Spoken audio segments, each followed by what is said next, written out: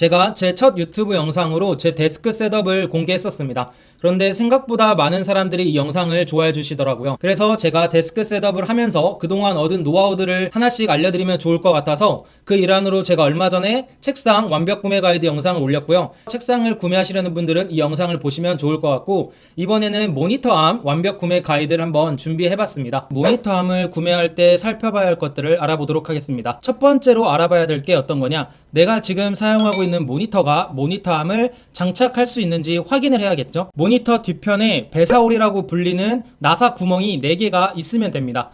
여기 사진에 보이시는 것처럼 배사홀의 규격은 두 가지 종류가 있는데 75x70, 100x100이 있습니다. 두 가지 중에 하나에 속하는 나사 구멍이 4개가 있다라면은 모니터암을 장착할 수 있는 모니터겠죠. 그래서 모니터암을 구매하시기 전에 반드시 체크해야 되는 가장 중요한 포인트입니다. 두 번째로 살펴봐야 될 것은 이제 모양입니다. 모양은 크게 두 가지 방식으로 구분을 할 수 있는데, 첫 번째 방식은 모니터암의 개수입니다. 여기 보시는 상품처럼 싱글암인 제품이 있고 듀얼암인 제품이 있습니다. 내가 듀얼 모니터를 사용하고 있으니까 나는 듀얼암 제품을 사용하면 되겠다, 이렇게 생각하실 수도 있는데, 이렇게 생각을 하시고 듀얼암 제품을 사시면 크게 낭패를 보실 수도 있습니다. 그 이유는 이 듀얼암이 생각보다 어떤 가동 범위가 굉장히 좁습니다. 그래서 내가 원하는 배치를 저 듀얼암을 통해서 할 수 없는 경우가 굉장히 빈번합니다. 저는 개인적으로는 모니터를 2개 사용하신다 하시더라도 싱글암을 2개 사시는 편을 강추드립니다. 사실 듀얼암을 구매하는 게 싱글암을 2개 구매하는 것보다 가격이 좀 저렴하긴 한데,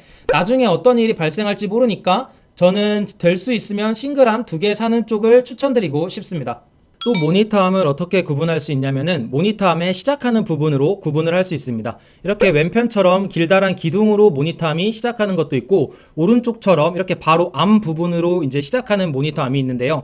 이 두 가지 종류에 있어서 어떤 기능상의 차이점은 없지만 저는 개인적으로 미관상 오른쪽 편이 더 예쁘다고 생각을 합니다. 하지만 이 두 제품은 일반적으로 왼쪽이 가격이 더 싼 편입니다. 그래서 나는 그렇게 미관이 중요하지 않고 어떤 기능이라든지 실용성이 더 중요하다 하시는 분들은 왼편처럼 생긴 모니터암을 찾아보시면은 좀 더 가격이 저렴한 모니터암을 찾아보실 수 있습니다.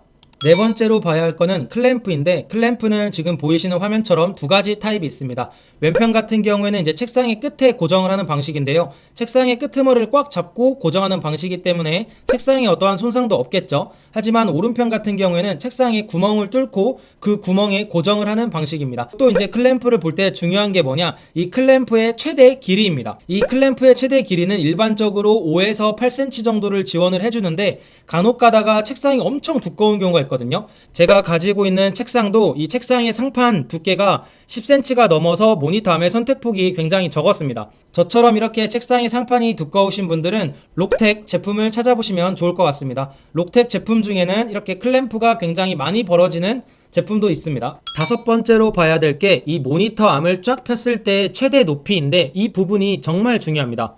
저희가 네이버나 이런 곳에서 모니터암을 검색을 하면은 굉장히 저렴한 제품들이 있습니다.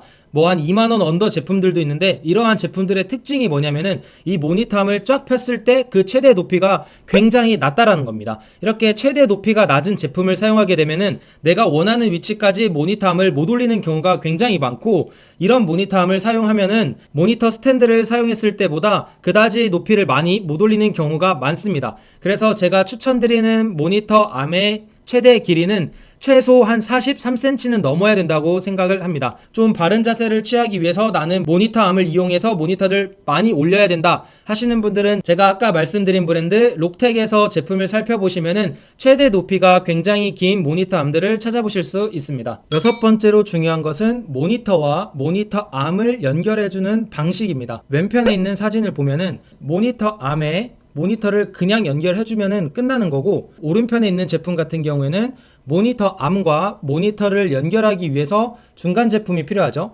그래서 이 중간 제품을 모니터에 연결을 하고 이거를 이제 모니터 암에 이렇게 딱 걸어주면 됩니다. 언뜻 보면은 오른편의 제품이 모니터 암에 모니터를 설치하는 게 좀 더 편해 보이지만 이 두 제품에는 아주 큰 차이가 있습니다.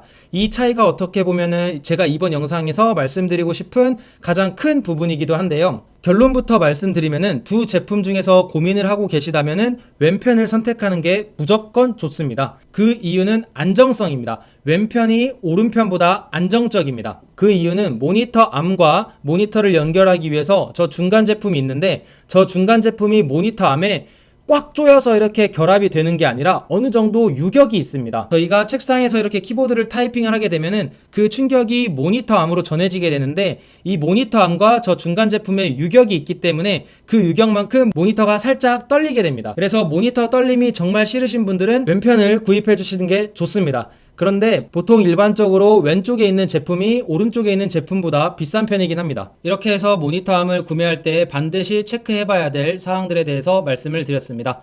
제 영상이 마음에 드셨다면 좋아요, 구독 부탁드리고 또 어떤 것을 구매하실 때 구매 가이드가 있었으면 좋겠다 하시는 제품이 있는 경우에는 댓글로 남겨주시면 제가 최대한 준비해 보도록 하겠습니다. 그러면 이번 영상도 여기에서 마치도록 하겠습니다. 감사합니다.